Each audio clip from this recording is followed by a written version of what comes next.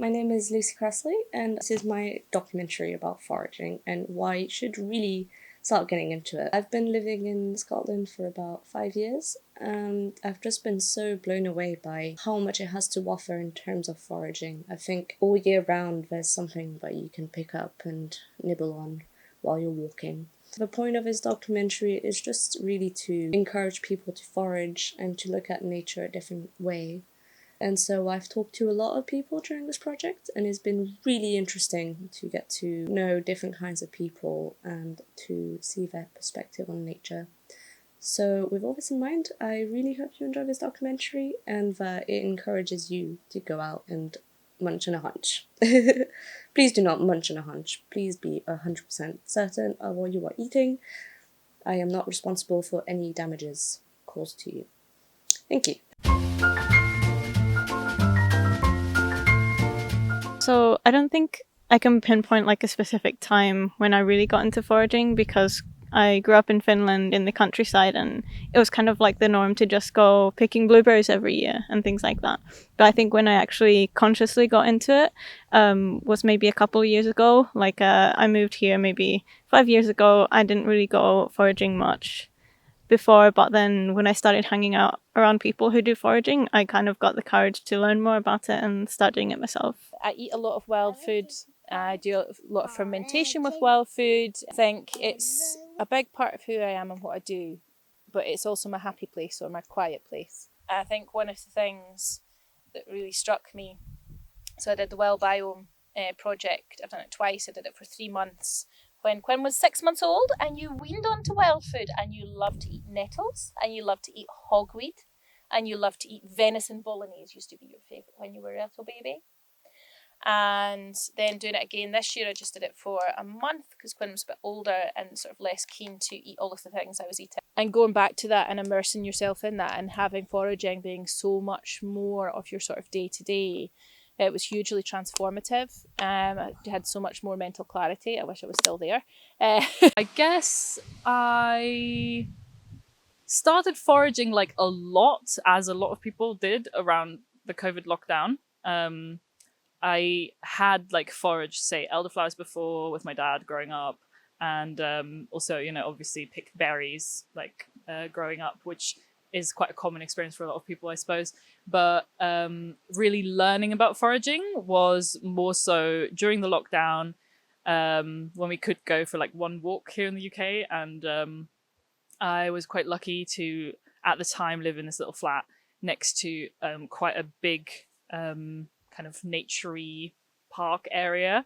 And yeah, I just was studying horticulture at the time as well, and like learning a lot about botany, and kind of just foraged so much food. Like it was a lot of few flowered leek at the time, but then I started really diving into all the different things you can do with one particular plant, and it kind of just went from there. Like I never really stopped after that. It just became part of like my day-to-day life.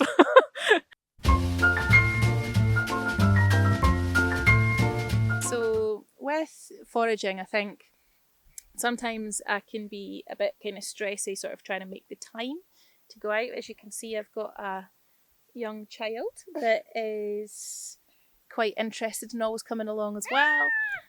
So yeah, sometimes I think with foraging, the difficulty beforehand can be finding that mental space and that physical space to actually be able to go out and do it, fit it into the rest of life. More than any other activity, foraging really immerses you in the environment that you're in.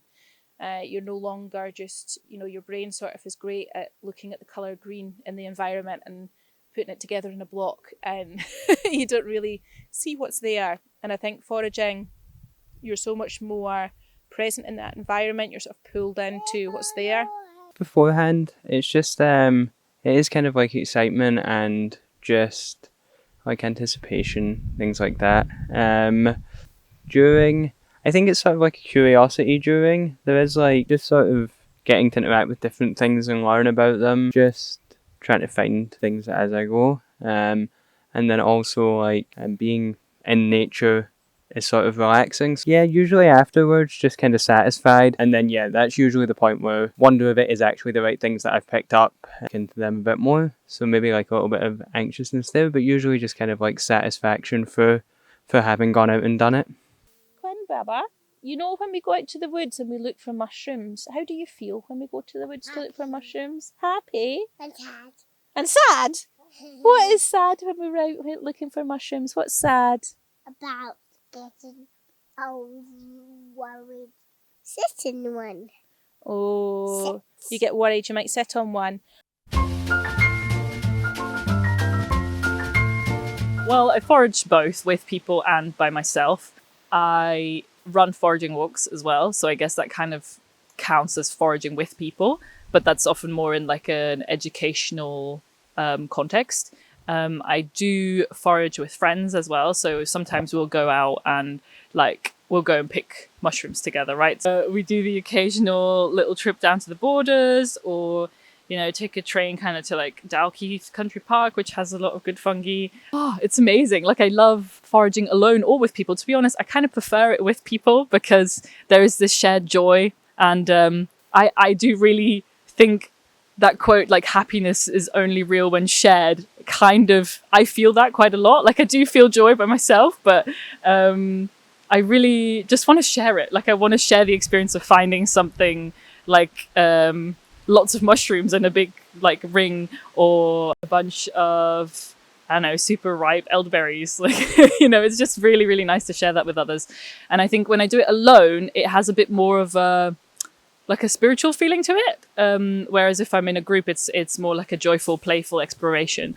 I think both. I've done both, and although I haven't foraged that much, but I think the difference is that whenever I do it alone, there might be a sense of not being that sure about what I'm doing sometimes.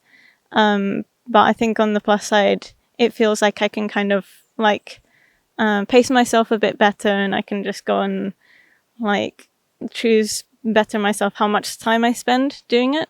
And then with other people, I think there's like this valuable kind of exchange of information, and maybe like, for example, myself, I might know more about plants than someone else who knows more about mushrooms or berries or things like that. So I think that it can be really valuable to know, like, to learn from other people while foraging. I would say that it's a really good sort of activity to be able to get you out in nature. Like it's good for sort of well-being and things like that. It's relaxing, and whether you're doing it on your own or in a social group, like on your own, it can be quite sort of calming. You can go at your own pace and start out with simple things. Or if you have people that are sort of more knowledgeable and willing to go with you, it's a good way to find out more and kind of build up your skill set, and it can be quite a good sort of social activity. What would I tell someone who's never been foraging? I'm like, go forage. Go out there. Maybe do like projects with it. Like you can do crafts, you could draw the plant, you can do natural dyes. There's all these other ways that you can engage with a foraged material in a sense, or a plant. I guess I would just say, get out there, get curious. And it's a really, really nice way to learn about your environment, like to learn the names of the plants that grow around you. And it's this whole world that opens up to you, where all of a sudden you just are like, oh, look, there, it's lady's mantle. And like, it's a ragwort and a baby birch tree. And there is a relationship that comes from that, even if you're not necessarily picking to eat. I was reading just the other day that we have lost so much of our nature connection in an article in The Guardian. And I do think foraging is this wonderful way to restore that, and to people that are kind of feeling like this loss of nature knowledge. Are we lost? No, we're not lost. We are absolutely found, because we know, where are we just now? We're in the woods, so we're not lost because we know where we are.